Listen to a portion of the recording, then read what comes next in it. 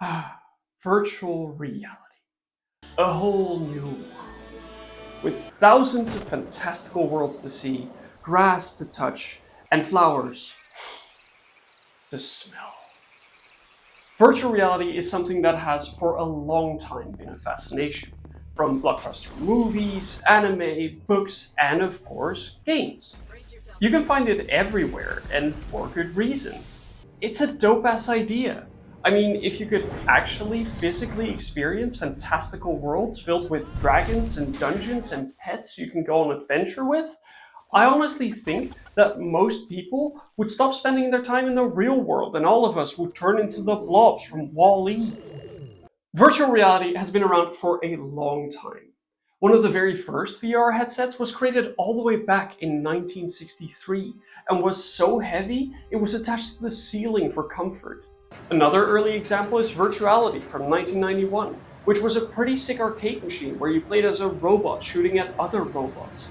But the one most widely known was the Virtual Boy from Nintendo, featuring a grand total of 22 games, an insane set of red colored displays, and no motion tracking. Unsurprisingly, it sucked. The technology just wasn't there yet, and it wouldn't be anytime soon. Nowadays, the virtual reality landscape has changed wildly. Headsets are more available than ever, with Meta, Sony, Valve, and even Apple creating their own versions, and some of them are insanely advanced. From amazing gyroscopes and double 4K screens that go right onto your eyeballs, to cameras that scan the entire room and create an AR environment while you wear the goggles. The stuff you see is wild and incredibly exciting, and let's be real here, who doesn't love to see baby gamers, parents, and grandmas alike all do the dumbest things while wearing them? Games for VR have also become better and better. Remember those ugly red graphics from Tetris on the Virtual Boy? Well, now you can hit an Ultra Matrix in grand spanking neon oversaturated 4K 3D VR perfection. There are way more games out there, and a lot of amazing games have been ported to VR so you can get any experience you'd like. Want to play an insane FPS with fluid time and insane strategy? Play Superhot VR. Or if you're bored of simply running around the grand world of Skyrim, troll some NPCs instead in Skyrim VR. Hold on.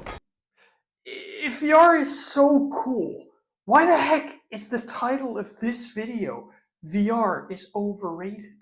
Well, because while VR has improved a lot since its conception, it's still kind of bad. The concept is dope for sure, and it can definitely be an amazing experience. But it's nowhere near as good as it should be.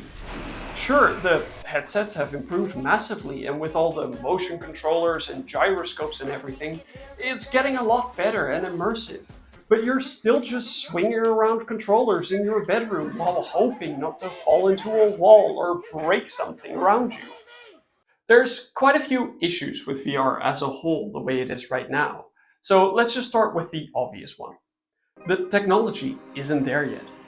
Virtual reality, to me, is something where you should truly be placed in a completely different world, where your senses feel everything, from the temperature of the desert you're in, to the feeling of steel in your hands when you swing your sword. This is an incredibly high expectation, I know, but isn't the idea behind VR to actually be virtual reality? Not just two screens on your face with some special controllers? It's a bit of a niche as it is right now. A bit like the Wii when it first came out, including the breaking of TVs by people not listening to the warnings. Most people are excited to play when they get it at the start, but then they quickly forget all about it and go back to playing games on their standard monitors or TVs. There is another reason why they forget about it that quickly, which is the lack of amazing games. Yeah, there are some brilliant ports, but they often feel like a tech demo more than an actual full-fledged game, at least to me. It's not surprising that not many big game developers create games for VR either. It's not easy to port it to another platform as it has specific controls compared to controllers or a mouse and keyboard. It is more expensive to develop as well, and when you think about the fact that there aren't that many users, why waste the investment when you might as well focus on making the next greatest cross-platform game? This is not to say there aren't any standouts in the VR gaming sphere though. Beat Saber is hacking dope. Whoever thought that a rhythm game mixed with lightsabers and insane drum and bass music would work? Yeah, they sure as hell do. This game is genuinely carrying VR gaming on its back for the most part. No other rhythm game will get close, and when you see someone hitting the most insane combos, it almost looks as if you're trying to make sense of a teamfight in League of Legends when you have no clue what the game actually is. And then there's VR chat, which is massive. I just don't know if that's a good thing or a bad thing. VR chat to me is like bringing together Reddit and 4chan in a single room.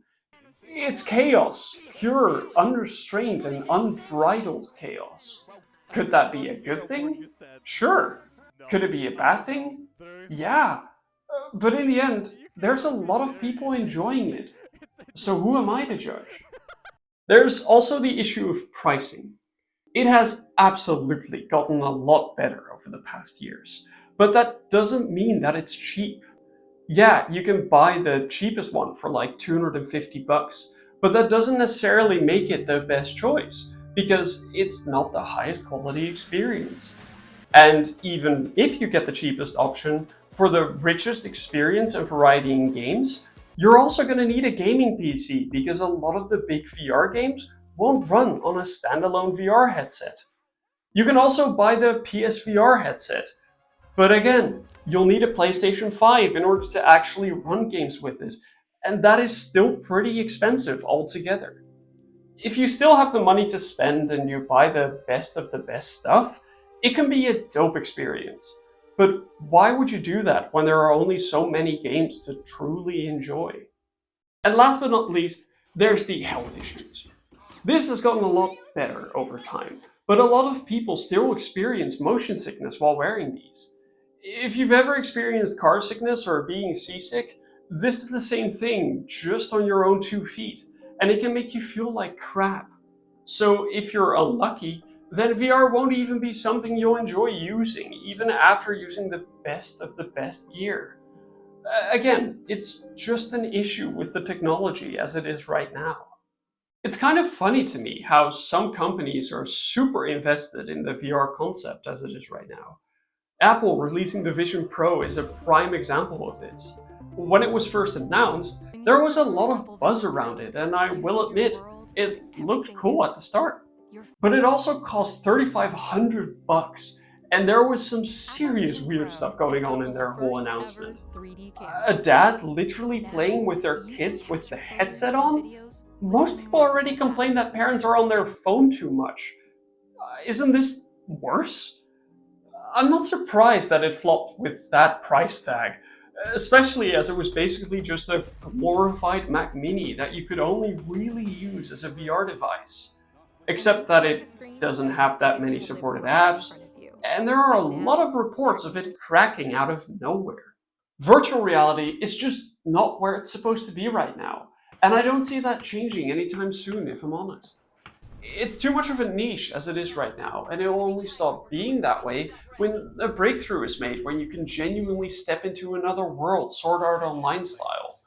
Then VR will make it big. I don't know if and when that'll happen. I don't even know if it's a good thing if it does.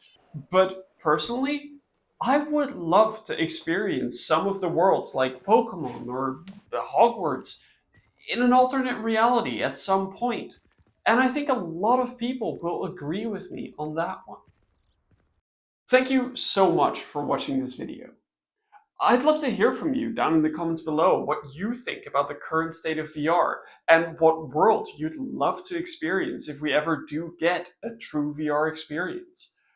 Otherwise, if you're curious about one of my other videos, here's one about mini games and how they are game changing, and another one about why game testing matters. Outside of that, Thank you again so much for watching, and hopefully, I'll see you in the next one. Cheers.